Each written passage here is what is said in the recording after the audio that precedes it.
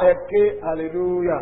Shout hallelujah. Àdúrà fún ọ̀sẹ̀ tuntun. Morning prayer for the new week. Ọlọ́run àwọn ọmọ ogun adúpẹ́ lọ́wọ́ rẹ láàárọ̀ The yìí. Lord of hosts, we thank you this morning Fún àánú tí a rí gbà láti tún wà láyé. for your merciful receipt to be A alive. mú ọpẹ́ wá Olúwa tẹ́wọ́ gbà á. Bring our thanks, accept it, O Lord. Wọn ò ṣàmì Olúwa tẹ́wọ́ gbà á. Accept it, O Lord, Fún oore ọ̀fẹ́ tó dá wa sí. for your mercy for keeping us. Oore ọ̀fẹ́ tó pa wá The mọ́. mercy that has kept us Láti January from January àtúnrí oṣù kejìlá yìí láyọ̀. and are seeing the 12th A month. wí pé ògo ni fún orúkọ The rẹ. glory be to your name.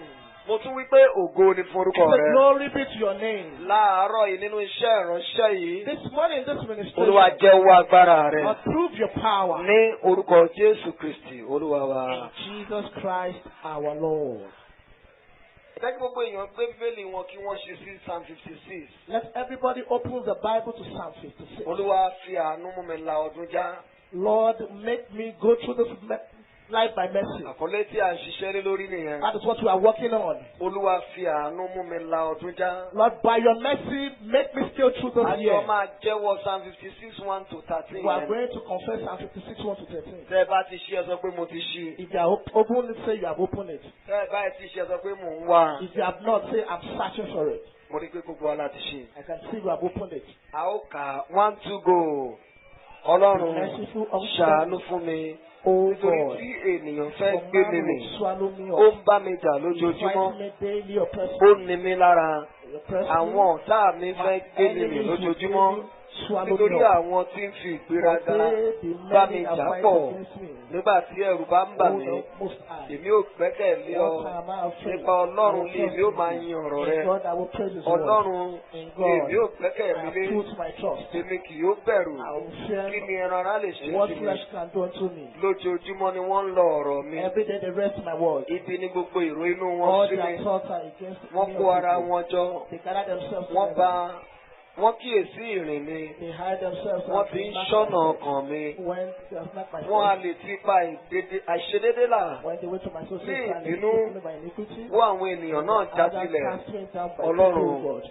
ìwọ ń ka ìrìn kiri Thou mi. sendest my wonder. Fi omijé mi sínú Put ìgò down rẹ. my tears in a bottle. Wọn kò wá sí nínú ìwé rẹ bí. I dare not to thy Ní book. ọjọ́ tí mo bá kígbe. When I cry to thee, Nígbà náà lé àwọn ọ̀tá mi yóò then shall my pẹ̀yìndà. enemies turn back. Èyí lè mí mọ̀. These I know, Nítorí pé Ọlọ́run wà fún for mi. God is for me. Nípa Ọlọ́run lè mí ó máa yin ọ̀rọ̀ In rẹ̀. God will I praise his word. Nípa Olúwa lè mí ó máa yin ọ̀rọ̀ In the rẹ̀. Lord I will praise his word. Ọlọ́run lè mí gbẹ́kẹ̀mí In God I lé. have put my trust. Èmi kì yóò bẹ̀rù. I will not be Kí ni afraid. ènìyàn lè ṣe sí What mi? man can do unto me. Ẹ̀jẹ̀ rẹ̀ ń bẹ lára mi. The vows are upon me. Ọlọ́run, O èmi ó God, fi ìyìn fún I ọ. will render praise Nítorí unto pé you. ìwọ ló ti gba ọkàn mi lọ́wọ́ For thou ikú. hast delivered my soul from death. Ìwọ kì yóò gba ẹsẹ̀ mi lọ́wọ́ ìṣubú. Thou hast delivered my Kí feet èmi from kí ó fall. lè máa rìn níwájú I will Ọlọ́run. walk before God. Ní ìmọ́lẹ̀ àwọn alààyè.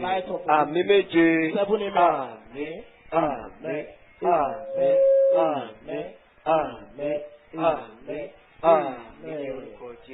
Ṣé Bíbélì yìí sílẹ̀ kẹ́ gbé ọwọ́ méjèèjì sókè? Put down your Bible and lift your hands. Ní gbogbo ọ̀nà ẹ ṣé. Ní gbogbo ọ̀nà ẹ ṣé o bàbá, ní gbogbo ọ̀nà, ní gbogbo ọ̀nà ẹ ṣé Olúwa. Ní gbogbo ọ̀nà ẹ ṣé o bàbá. Ní gbogbo ọ̀nà mo mọ̀ pé mi wá. Ní gbogbo ọ̀nà ẹ mà ṣé o bàbá, ní gbogbo ọ̀nà.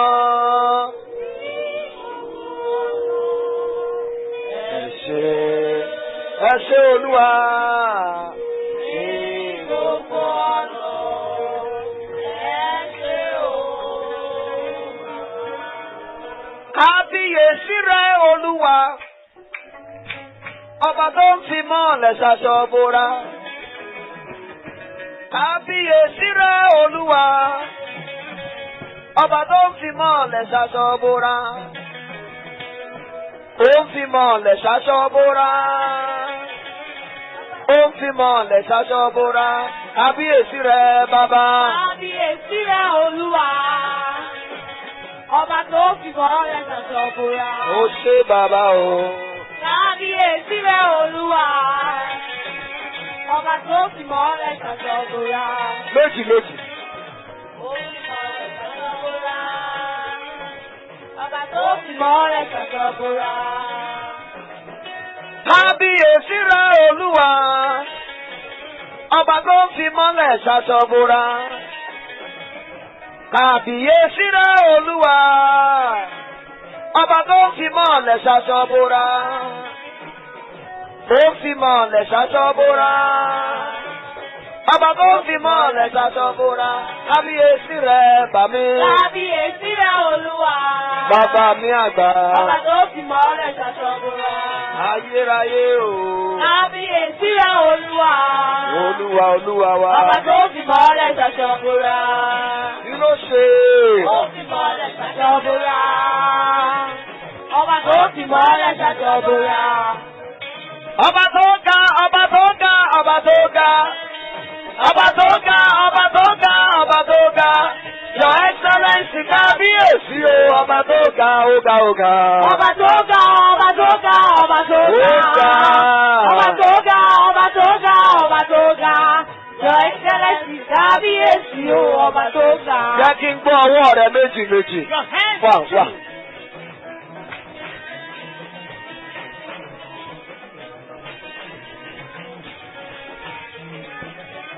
Ọba tó ga, ọba tó ga, ọba tó ga. Ọba tó ga, ọba tó ga, ọba tó ga. Your Excellency kábíyèsí o, ọba tó ga, ó ga, ó ga. Ọba tó ga, ọba tó ga, ọba tó ga. Ọba tó ga, ọba tó ga, ọba tó ga. Your Excellency kábíyèsí o, ọba tó ga.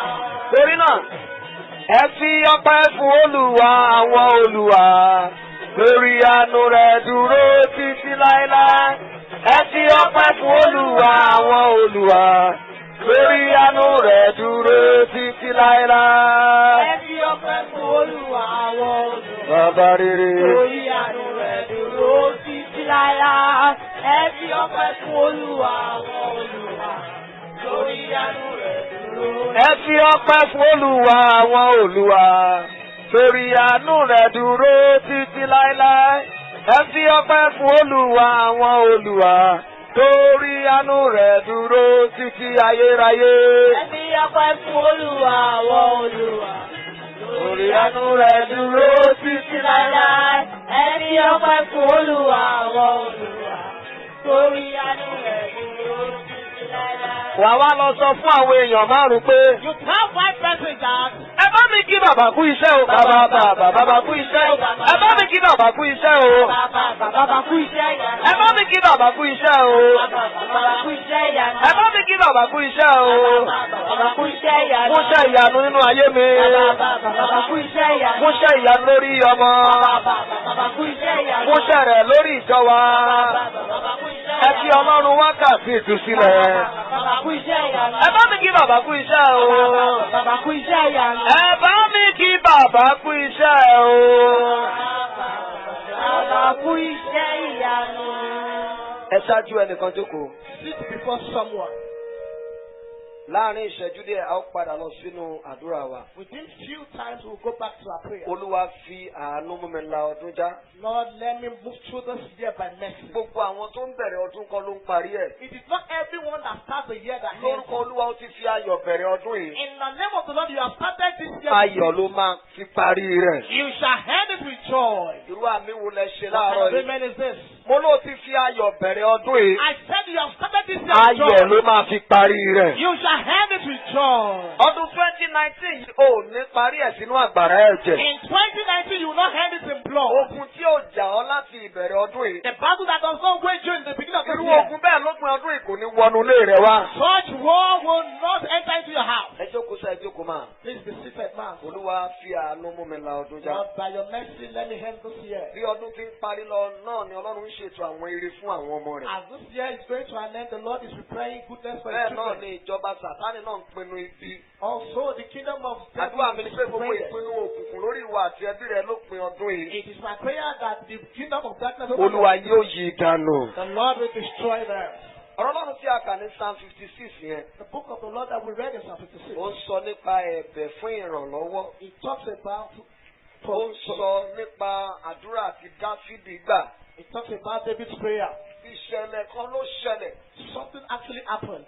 Sọ́ọ̀lù ń lé Dáfídì ó fẹ́ pa Dáfídì. Saul was after David. He wanted to kill him. Bí ìgbà bíi mẹ́ta ni Sọ́ọ̀lù fẹ́ pa. For like 3 times Saul wanted to kill him. Lákòókò yẹn Dáfídì jẹ́ ìránṣẹ́ fún Sọ́ọ̀lù. At that time, David was Saul's servant. Nígbà tó wá fẹ́ sá lọ, When he was about to run away, ó sá lọ sí ìlú kan tó ń pè ní Gátì. he ran to a city called Gath. Ìlú Gátì yìí kẹ̀dẹ̀rẹ̀ ìlú àwọn Fílístínì ní níbi tí Gòláyátì ti jáde. Gath happens to be the city of the Philistines where Àwọn ará Goliath came from. Fílístínì wọ́n jẹ́ ọ̀tá Sọ́ọ̀lù àti Dáfídì pàápàá. While the Philistines were enemies with Saul and David.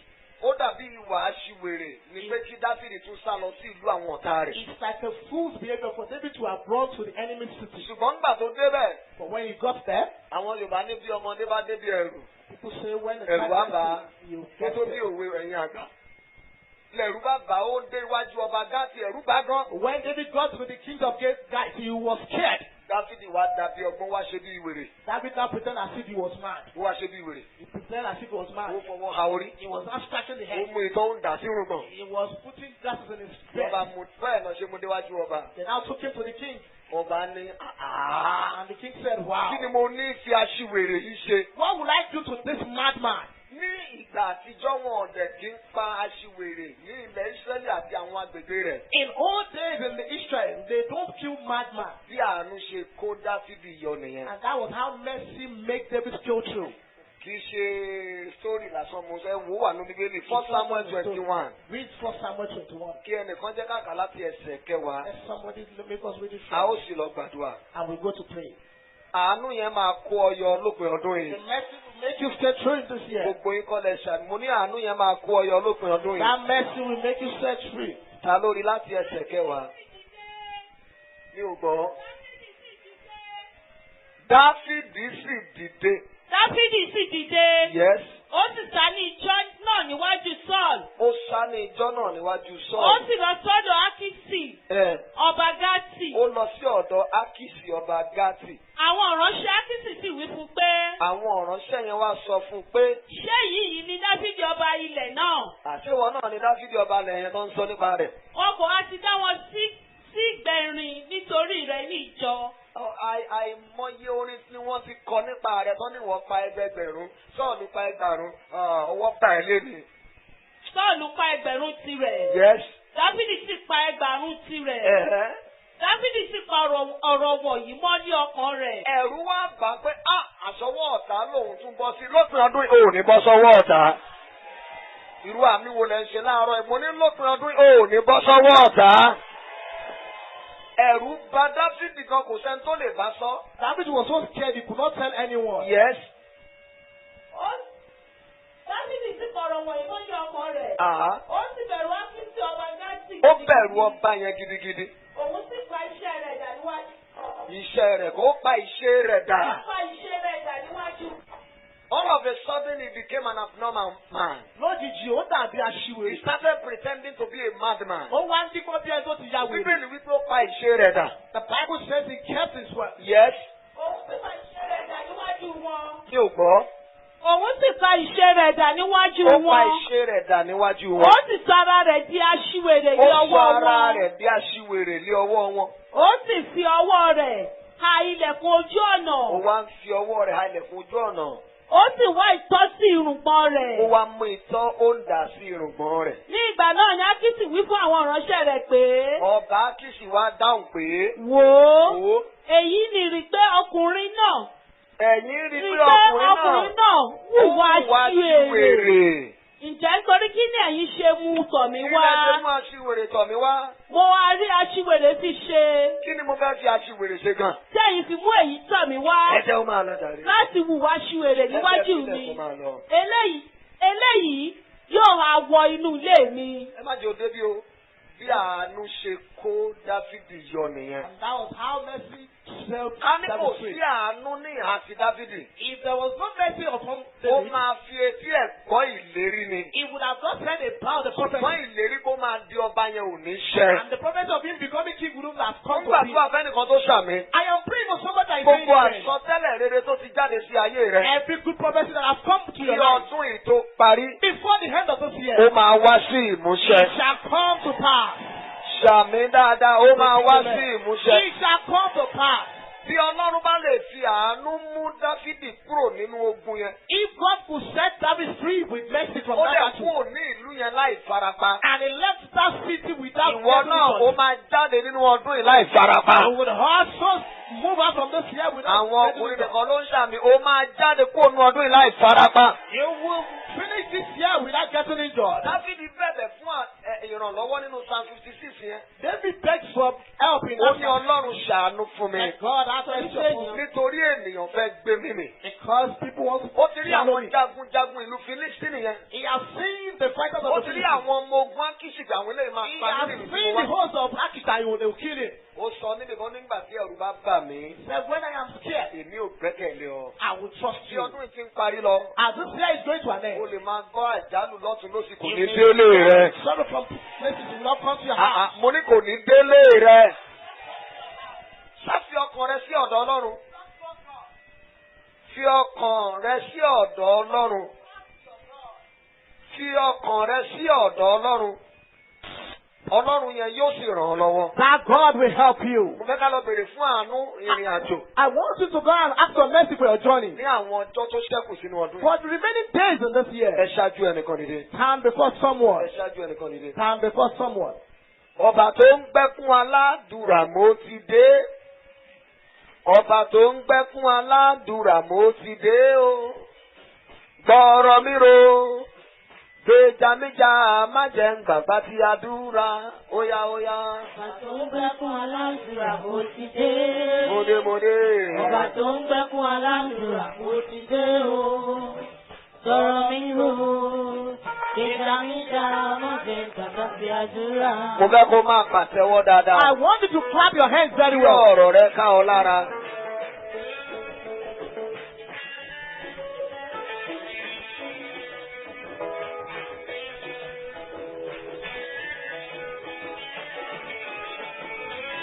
Ọba tó ń gbẹ́kún aládùúrà mo ti dé.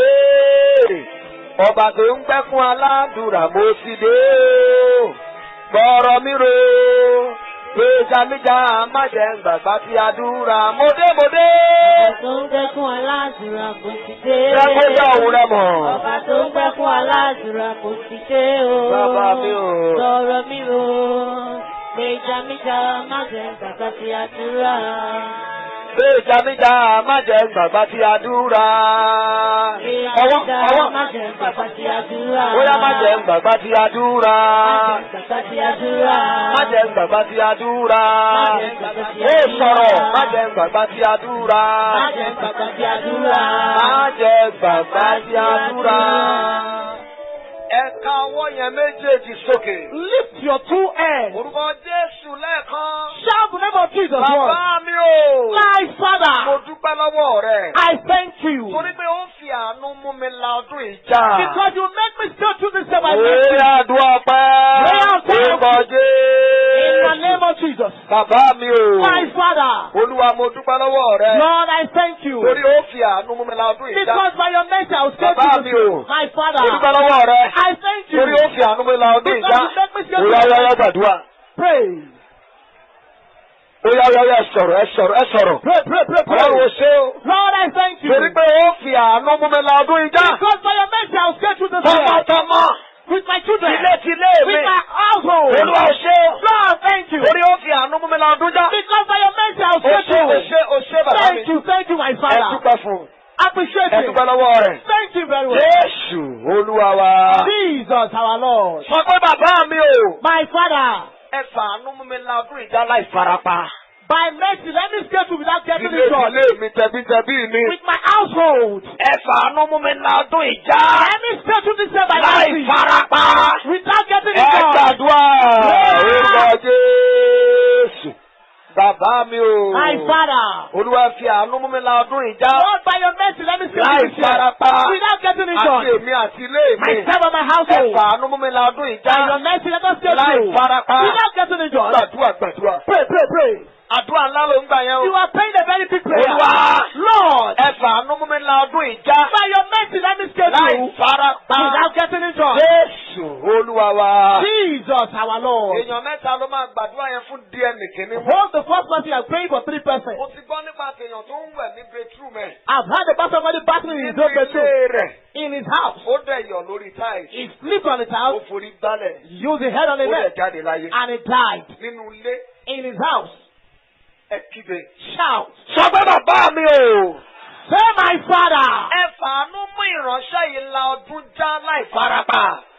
by your mercy, let my Ó friend yá get to gbàdúrà the bẹ́ẹ̀. Orúkọ in the name Jésù. of Jesus. Bàbá mi o. My father, Ìránṣẹ́ tí mo dì mú yìí. my friend I'm holding, Ẹ fi àánú mú la ọdún ìjà. by your mercy, let him Láì go through farapa. without getting Àti injured. òun. And him Àti àwọn ọmọ and rẹ̀. his children, Ẹ fàánú mú by your la mercy, ọdún ìjà. let him go through this Láì year farapa. without getting injured. Jésù Olúwa wa. Jesus, our Sáré Lord. mú ẹnì kejì. Hold the second person. Sọ pé bàbá mi Say, o. my father, Ìwọ ìránṣẹ́ tí mo dì mú yìí. you, my friend I'm holding, Olúwa yóò fi àánú mú ọ la ọdún ìjà.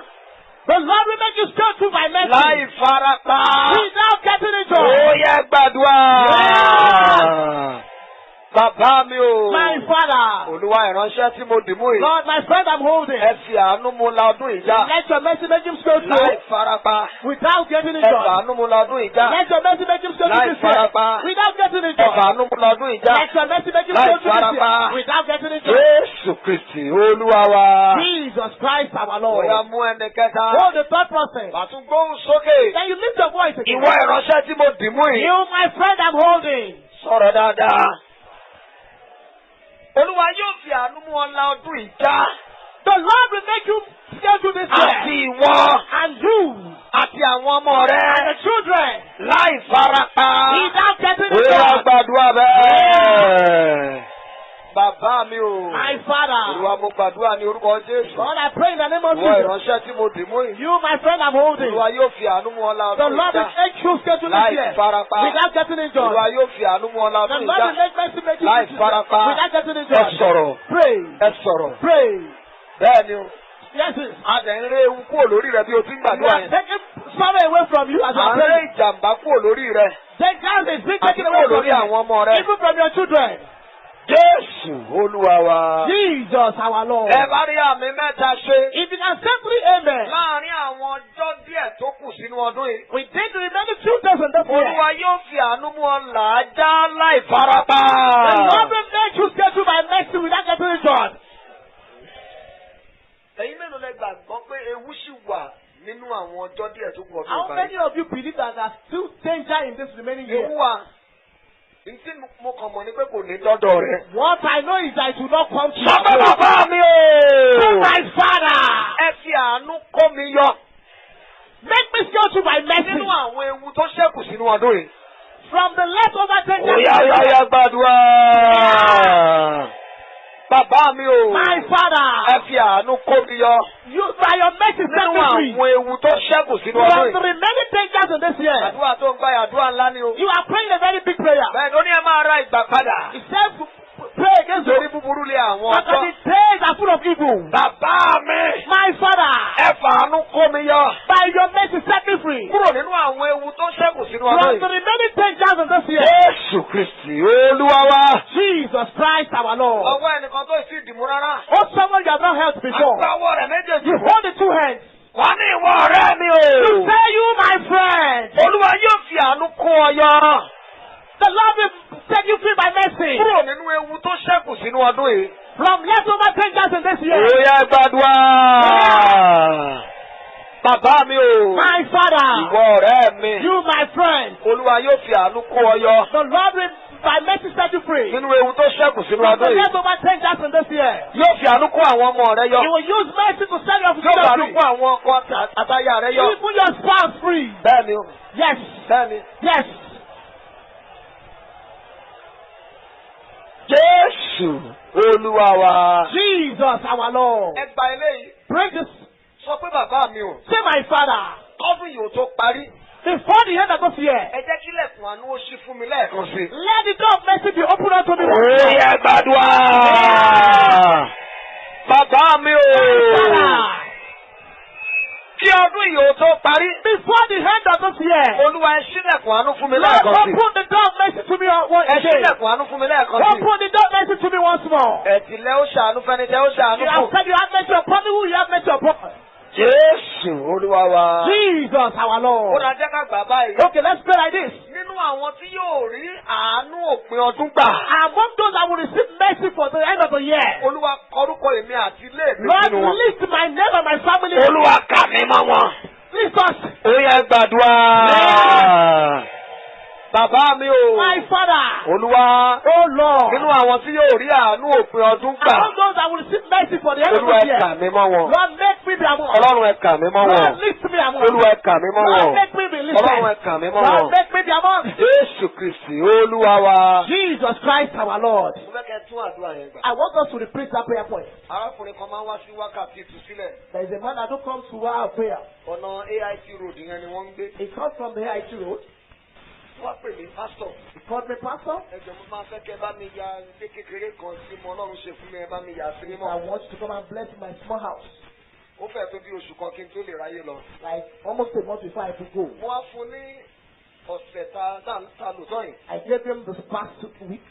Láìpẹ́ ọjọ́ Tuesday ni mo fún mi ọ̀rọ̀ tí mọ́. I think it was on Tuesday. Ibi àti àwọn evangelist àti àwọn àlùfáà àbá lọ síbẹ̀. Then when the evangelist and the priest went there, Ètò ní òun kọ́lé kékeré he said he built a small house. nígbà tí mo débẹ̀. When I got there, Ẹ lè mọ̀ fọ́kùnrin yẹn ló kọ́lé yẹn. you won't know that he built the house. Ọlọ́run dẹ̀ kọjú àánú sí i. The Lord showed him mercy. Ọlọ́run yẹn ṣì wà láyé o. The Lord is still very much Ó alive. dẹ̀ máa kọjú àánú sí wọn náà. And will show you mercy.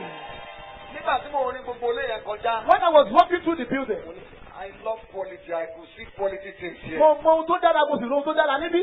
Òun àti ìyàwó rẹ̀ wọ́n ń gbá kíní kan àdúrà ni. Even the him and the wife can pray so much. Ó ní gbogbo prayer yín pátá ni ìyàwó mi ti download sórí kíní ẹ̀ nílé. He said his wife has downloaded all our daddy's prayer in his Wọ́n wá phone. ṣe nǹkan kan inú mi wá dùn sí wọn. They did something I was so happy for Wọ́n ní them. dáadé ẹ̀ sí ìwọ bì kan. Said, Daddy, you have not entered Mo home. máa fẹ́ kẹ́ ẹ lo special anointing bẹ́ẹ̀. But I wanted to use special anointing. Nígbà tí wọ́n kọ́ yàrá yẹn kékeré, wọ́n ní prayer room. There was a small room called prayer Wọ́n ní room. prayer room. The prayer room. Àdúrà yín ti gbà. Your prayer is Wọ́n answered. gbàdúrà fún ọ pé nínú àwọn ilé tẹ́ máa kọ́ eléyìí ló kéré jù. I pray that this will be the Mo fẹ́ smallest kí house wọn of all náà your heart. gbàdúrà. You can also pray. Olúwa nínú àwọn tó máa rí àánú òpin ọdún gbà.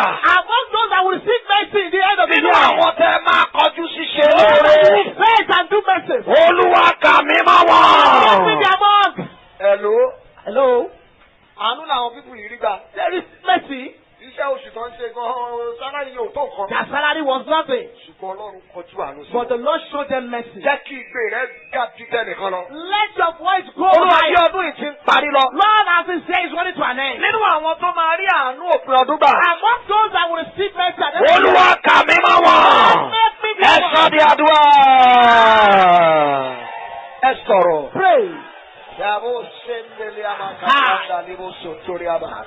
Olúwa, Lord, Nínú àwọn tí wọ́n máa rí àánú òpin ọdún gbà. among those that will receive mercy at the end of the Olúwa year. kà mí mọ́ wọn. Lord, make me worthy. Olúwa kà mí mọ́ wọn. Make me worthy. Olúwa kà mí mọ́ wọn. Make me worthy. Olúwa kà mí mọ́ Make wọn. me worthy. Jésù Kristì Olúwa wa. Jesus Christ our Wọ́n Lord. máa kọ́ ní àsọtẹ́lẹ̀ yìí. I want to sing this song of Wọ́n prophecy. máa lọ dúró síwájú èèyàn méje. You stand before 7 Wàá persons. máa na ìka wòlíì rẹ sí wọn. You point your prophetic finger. Ṣé ìwọ ọ̀rẹ́ mi? Say, you, my friend. Ó gbàgbọ́, ó gbàgbọ́. Either you believe or not, Ọdún yìí tó parí. before the end of this year, Nínú àwọn tó máa rí àánú òpin ọdún gbà. among those that will receive mercy at the end of this year, Olúwa kọrúkọ rẹ mọ́ the wọn. Lord will put your Ó yá name. sọ fún èèyàn méje bẹ́ẹ̀. That's 7 persons. Ìwọ ọ̀rẹ́ mi. You, my friend. Ó gbàgbọ́. Either you believe Ó gbàgbọ́. or not. Nínú àwọn tó máa rí àánú òpin ọdún gbà. Among those that will receive mercy Olúwa at the end of kọrúkọ this rẹ year, mọ́ the wọn. Lord will write your name. Ìwọ ọ̀rẹ́ mi o. You, my friend. Ó gbàgbọ́, ó gbàgbọ́. Either you believe or not. Nínú àwọn tó máa rí àánú òpin ọdún gbà. Among those that will receive mercy Olúwa at the kọrúkọ rẹ mọ́ the wọn. Lord will write your name. Ẹnìkan dà. Where is the first person? Sọ̀rọ̀ jẹ́ kán gbóhùn rẹ. Pray, let me Jẹ́ your kán voice. gbóhùn rẹ. Is your voice here? Nínú àwọn tó máa rí àánú òpin ọdún Among gbà. those that will receive mercy Olúwa on this year, kọrúkọ rẹ the mọ́ Lord wọn. will write your name. Ẹnì kẹfà ló wà wájú You rẹ̀ yẹn are o. standing before the 6th person. Yes. Sọ fún jẹ́ kó gbọ́. Let him hear you. Jésù Olúwa wa. Jesus Christ our Ó wá Lord. kù nọmba 7. On the 7th person, Nọmba 7 yẹn àwọn ọmọ rẹ ló máa sọ àsọtẹ́lẹ̀ sí. you prophesy concerning Wà your ní children. ẹ̀yin ọmọ mi. You say, you, my children. Ó gbàdúrà yẹn dáadáa. You Ẹ̀yin are ọmọ not mi. praying. You, my children, Ẹ gbọ́ ọ̀rọ̀ Olúwa. hear the word of the Lord. Nínú àwọn tó máa rí àánú òpin ọdún gbà. Among those that will receive mercy at the end of the year, Olúwa kọ orúkọ yín mọ́ the wọn. Lord will write your name. Ó yá sọ bí Like àsọtẹ́lẹ̀. the prophecy. Ẹ̀yin ọmọ mi. You, my children, Ẹ gbọ́ ọ̀rọ̀ Olúwa. hear the word of the Lord. Bí ọdún yìí ti ń parí And lọ. this year is going to an end. Nínú àwọn tó máa rí àánú òpin ọdún gbà. Among those that will receive mercy of the end Olúwa of the kọ orúkọ year, yín mọ́ the wọn. Lord will write your name. Ó kọ orúkọ yín mọ́ He wọn. writes your name. Tí ọkọ rẹ ò bá sí ní If gbà your fún náà. husband is not here, pray for him. Tí aya rẹ ò bá sí ní gbà fún. If your wife is not here, pray for her. Ìrọ̀rùn igi ni ìrọ̀rùn ẹyẹ. If you are okay, she's okay.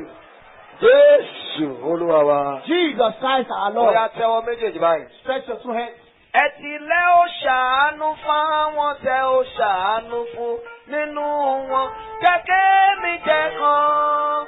Ẹ ti lẹ́ ó ṣàánú fáwọn tẹ́ ó ṣàánú fún nínú wọn. Kẹ̀kẹ́ mi jẹ kan. Sọ bẹ́ẹ̀. Ẹ ti lẹ́ ó ṣàánú fáwọn tẹ́ ó ṣàánú fún nínú wọn. Kẹ̀kẹ́ mi jẹ kan. Ẹ ti lẹ́ ó ṣàánú fáwọn tẹ́ ó ṣàánú fún nínú wọn, jẹ́ kémi jẹ́ kan. Ẹ̀tìlẹ́ ó ṣàánú fáwọn tẹ́ ó ṣàánú fún nínú wọn, jẹ́ kémi jẹ́ kan.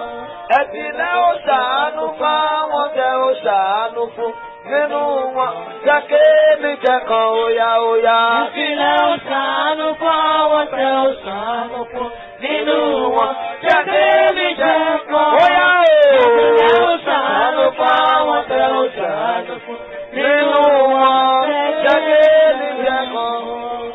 Ó fọkàn balẹ̀.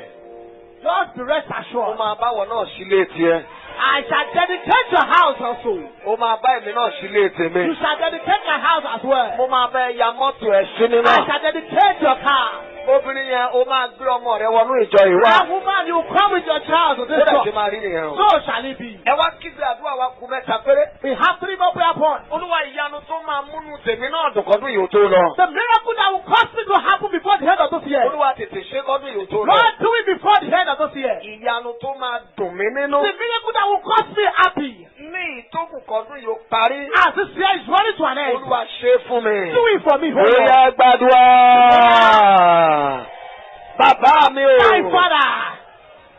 Ìyanu tó máa dùn mí nínú. The prayer that will make me happy. Ọlọ́run ṣe fún mi kọ́dún yìí ó Lord, tó do lọ. it for me before the end of this year. Olúwa ṣe fún mi. Do it for me, oh Lord. Olúwa ṣe. Do it, oh Lord. Olúwa ṣe. Do it, oh Lord. Béèrè fún ìyanu yẹn. Ask for that miracle. Miracle that will make me to be happy. Ìyanu tó máa mú èmi náà dùnú. Before the close of this year. Tí ọdún yìí a fi parí. Lord, let it locate me. Olúwa jẹ́ kó ṣàwárí mi. Let it locate me. Jẹ́ kó ṣàwárí mi. Ìyanu tí yóò múnú mi dùn. A miracle that will make me happy. Jésù Olúwa wa.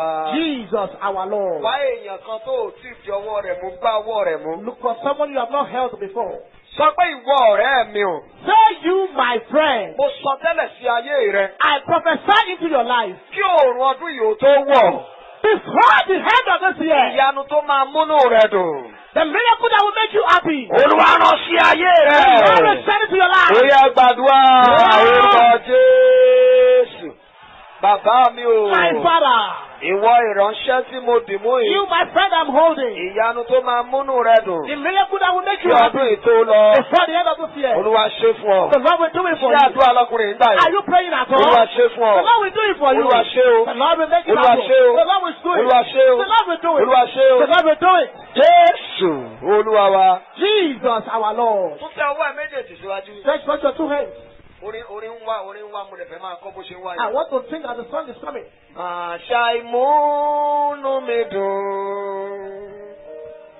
Màṣà ìmáyọ̀ mi kún.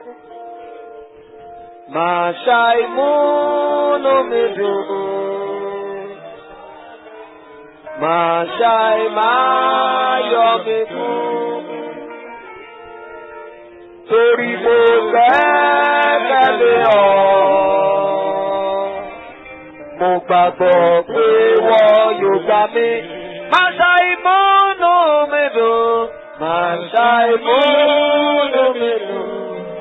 Olúwa o. Màṣà ìmáyọ̀ mi dùn. Màṣà ìmúnú mi dùn. Màṣà ìmúnú mi dùn.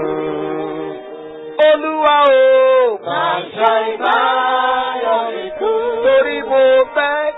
gbẹ́kẹ̀lé ọ. Torí mo gbẹ́kẹ̀lé ọ. Mo gbàgbọ́ pé wọ́n ló lè ṣe o. Mo gbàgbọ́ pé wọ́n ló lè ṣe.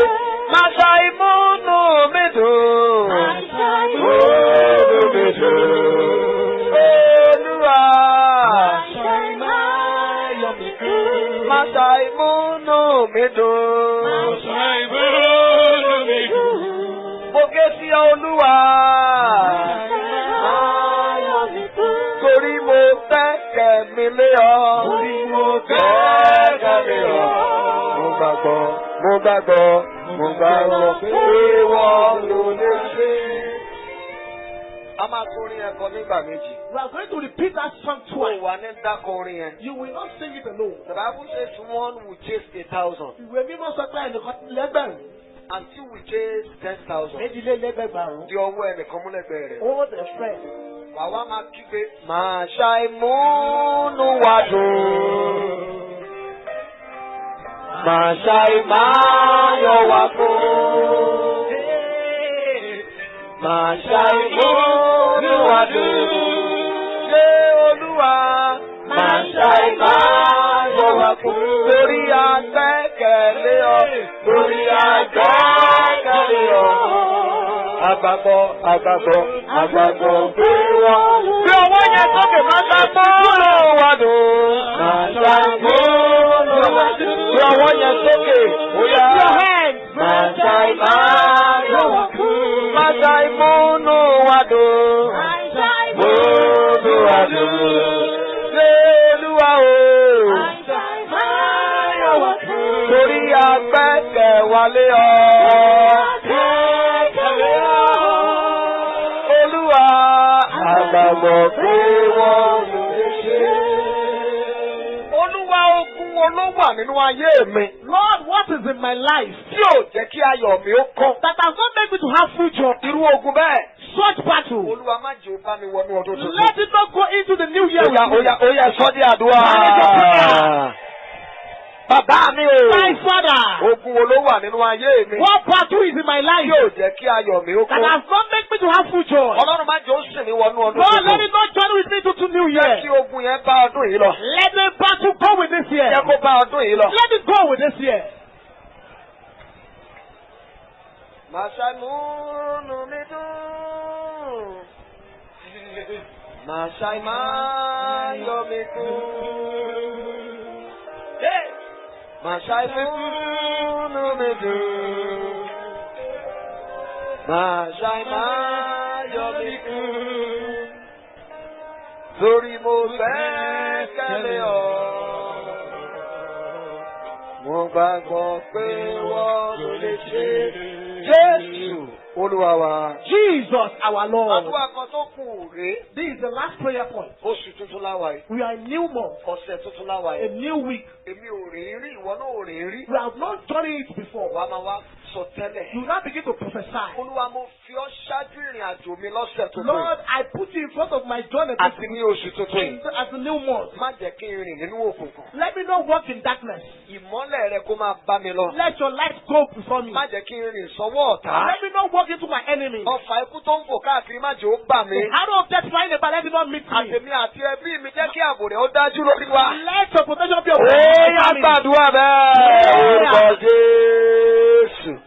Bàbá mi o. My Father, Mo pàṣẹ mo sọ tẹ́lẹ̀. I decree and I prophesy. Olúwa mo fi ọ́ ṣáájú ìrìn àjò Lord, mi. I put you before my journey. Lọ́sẹ̀ tuntun yìí. In this new week, Lóṣù tuntun in yìí. this new month. Olúwa ṣáájú mi lọ. Lord, go before me. Má jẹ́ rìn nínú òkùnkùn. Let me not walk into Jẹ́ darkness. kí n máa rìn nínú ìmọ́lẹ̀. Let me always walk in Má light. jẹ́ ń bọ́ sọ́wọ́ ọ̀tá. Let me not walk into the enemy. Àwọn abánirìndẹ́rù ògónù. Those that will walk with me and stay away Ọlọ́run má my jẹ́ glory. rìn pàdé wọn. Let me not walk with them. Àtèmi àti àwọn ọmọ. Myself and my Má children. jẹ́ àbọ́sọ́wọ́ gbọ́mọgbọ́mọ Let ayé. us not walk into the kidnappers. Àṣìta ìbọn má jẹ́ ó bà wá. Let's cripple, let's not meet us. Ọfà ikú má jẹ́ ó bà wá. Arrow of death, let it not meet us. Ohun rere tá a wá ń béèrè lọ́wọ́ rẹ. The good things you have been asking from you. Lọ́sẹ̀ yìí Olúwa fàánú ṣe. If we do it by your Bóyá máa mercy, sọ fún máa sọ begin fún. to talk to him. Ṣé àdúrà lóbìnrin ń gbà? Are you praying at all? Ó jẹ́ kọ́rọ̀ rẹ̀ ká ọ lára. You better be serious with your prayer. Ní orúkọ Jésù Kristì Olúwa wa. In Jesus Christ our Lord. Ẹ̀sìn ọwọ́ méjèèjì kẹ́ máa ṣàmì. Stretch your hands and say Mo amen. pàṣẹ ní orúkọ Olúwa. I decree in the name of the Bí Lord. ẹ ti rìnrìn àjò yín lọ lóṣù yìí. As you journey in this month, Àánú yóò mú yín làájá. the mercy of God will make you stay true. Ọdún 2019 àánú yóò mú yín làájá. 2019 you shall stay true by mercy. Àwọn ogun tó ń ba yọ̀ jẹ́. The battle that destroys joy, Ìbànújẹ́ tí ń ba yòfin ọdún jẹ́. the sorrow that destroys joy of the head of the Tóbìnrin year. ìbáṣà mi kò ní yálé And rẹ̀. amen, it will not come to your household.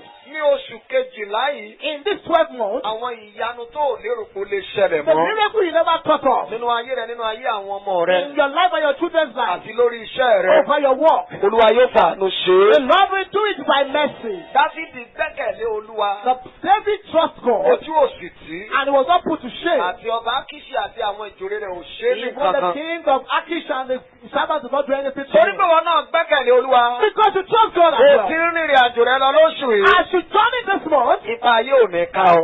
you shall not be met by this Kò world. ní ká àwọn ọmọ rẹ. It will not meet your children. Ẹ ò ní rìn sínú òkùnkùn. You will not. Tó ti ń lọ nínú ọ̀sẹ̀ yìí. As you go this week, Àánú Ọlọ́run kó máa bá ọ lọ. may the Lord go with you. Oore ọ̀fẹ́ rẹ̀ kó máa bá ọ lọ. The grace go with you. Bẹ́ẹ̀ ló dẹ̀ ṣe máa rí o. So shall it be. Ní orúkọ Jésù Kristì Olúwa wa. Jesus Christ our Lord.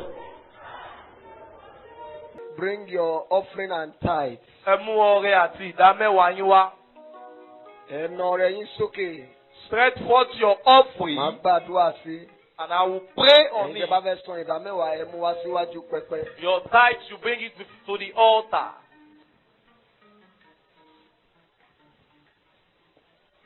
Ẹ jẹ́ ká na ọrẹ yẹn sókè.